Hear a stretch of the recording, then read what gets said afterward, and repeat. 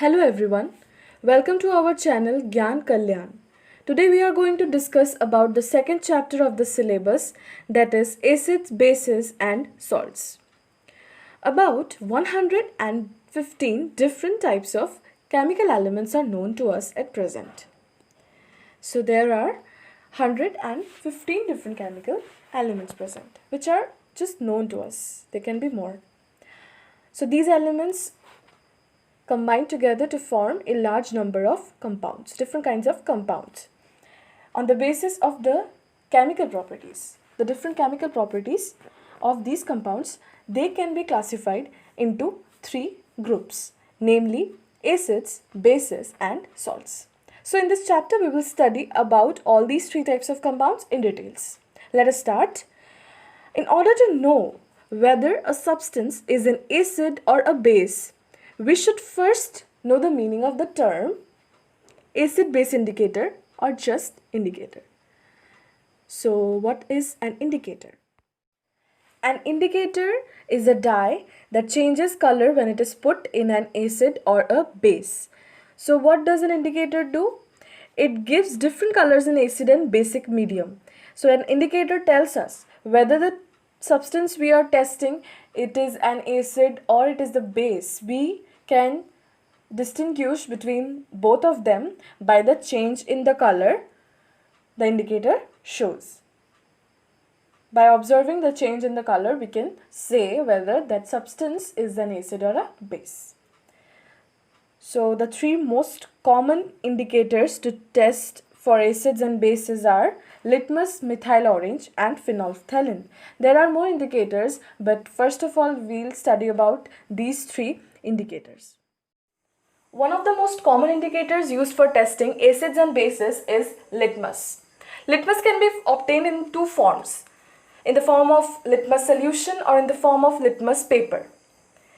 Generally, litmus paper is used in the laboratories and it is of two types, blue litmus and red litmus.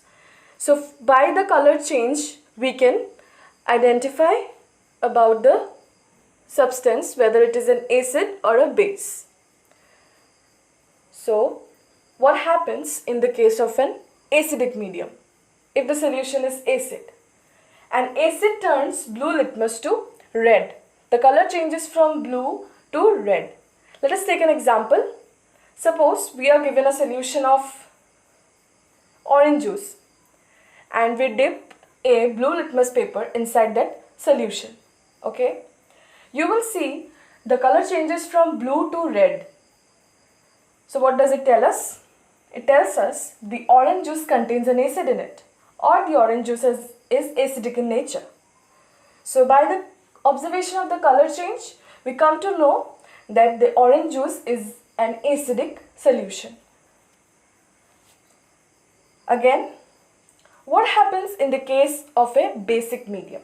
Okay, a base turns red litmus to blue. Let us take another example. If we take a solution of sodium hydroxide, okay, a base, which is a base or alkali. Now, don't get confused with base or alkali. Alkali is the base itself. It is soluble in water. So it is known as alkali. So when we take a solution of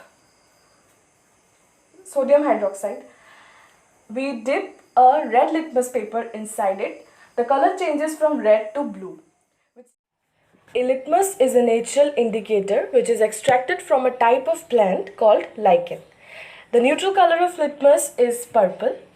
So the original color is purple. It is just made into blue litmus and red litmus so that when an acid or a base is added to it, we can easily detect the change in the color. Okay? The next indicator is methyl orange.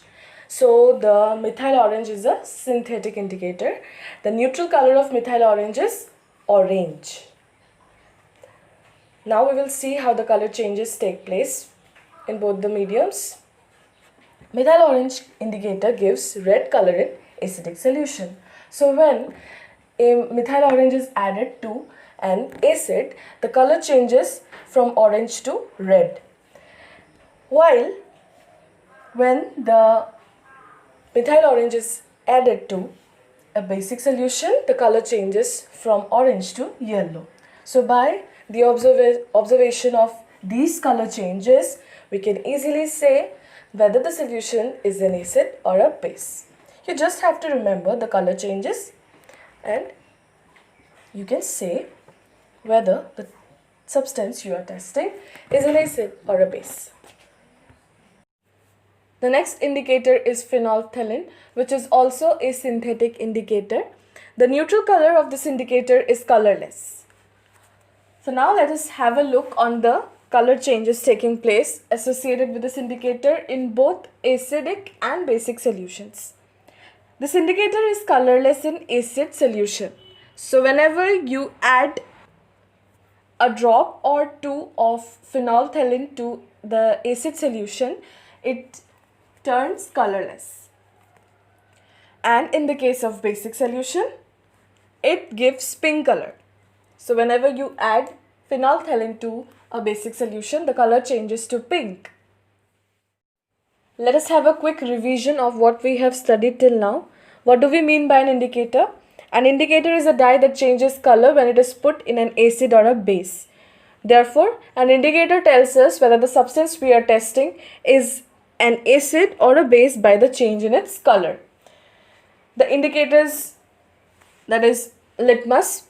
In case of an acid solution, the color changes from blue to red, and in the case of basic solution, the color changes from red to blue.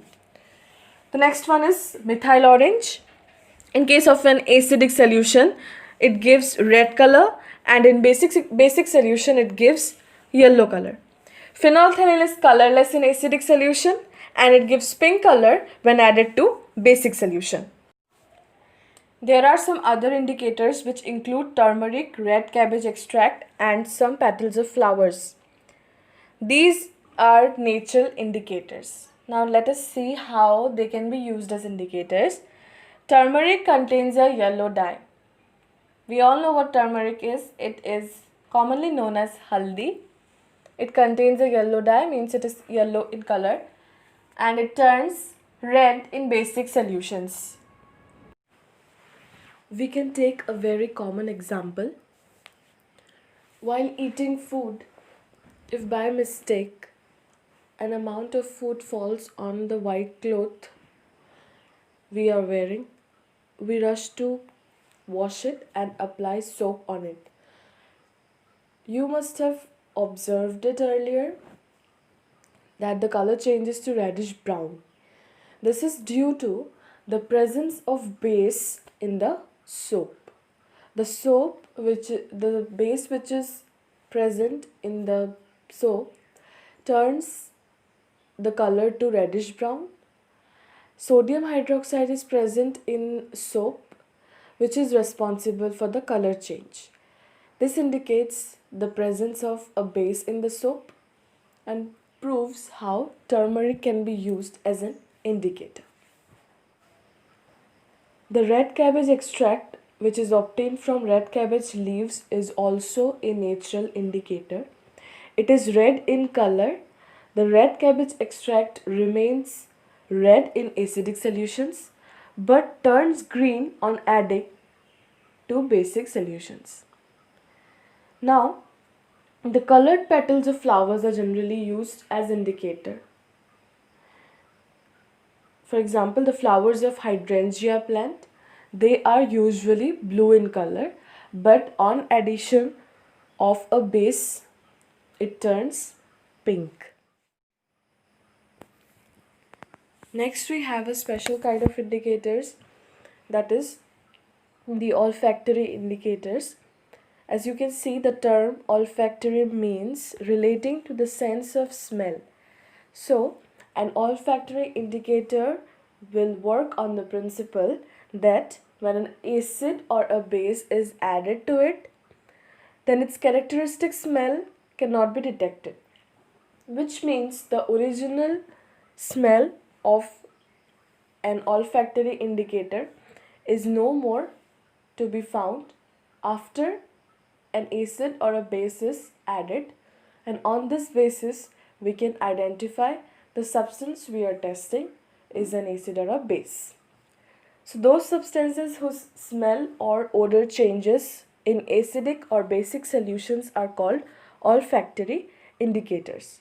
For example, we have onion and vanilla extract. So onion has a characteristic smell. When a basic solution like sodium hydroxide is added to something which contains a onion, which is treated with onion, then the onion smell cannot be detected. An acidic solution does not destroy its smell, so this can be used as a test for acids and bases. In case of vanilla extract, it has a pleasant smell. So if when a basic solution is added to it, then we can no more detect that pleasant smell of vanilla anymore. And if an acidic solution is added, like hydrochloric acid, this does not destroy the smell of the vanilla extract, and this can be used as a test for acids and bases. Now let us discuss about an important topic of this chapter, that is acids. We all have heard about acids, and we know the various ways in which they can be both useful and harmful to us. So what are acids? Acids are those chemical substances which have a sour taste. How can you justify this definition? Let us take an example for that. If we cut a lemon and taste it, the lemon appears to have a sour taste. Lemon is nimbu and sour taste means khatta swad. The sour taste of lemon is due to the presence of an acid in it. So the citric acid is present in lemon, which gives it a sour taste. Now you know why the lemon tastes sour and the acid present in it. Some of the common fruits such as raw mango, raw grapes, lemon, orange and tamarind are sour in taste because they contain acids in them. The acids present in plants and animals are called organic acids.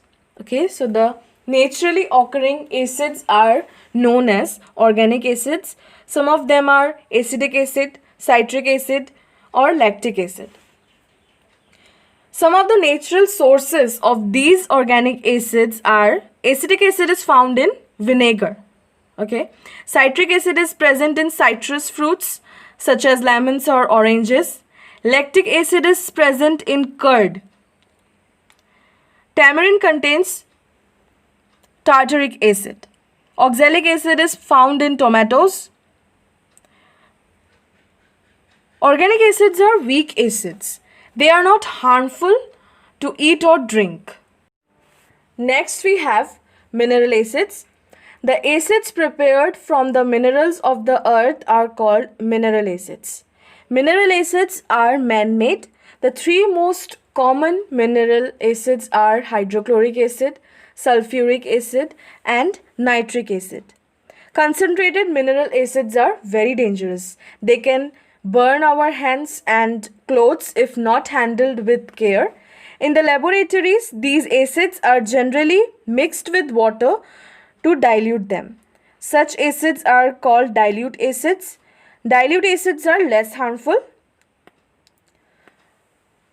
So we found two types of acids. The first is organic acids, also known as weak acids, and mineral acids known as strong acids. And how they can be not harmful and harmful to us. The weak acids are found in nature and the mineral acids are prepared artificially.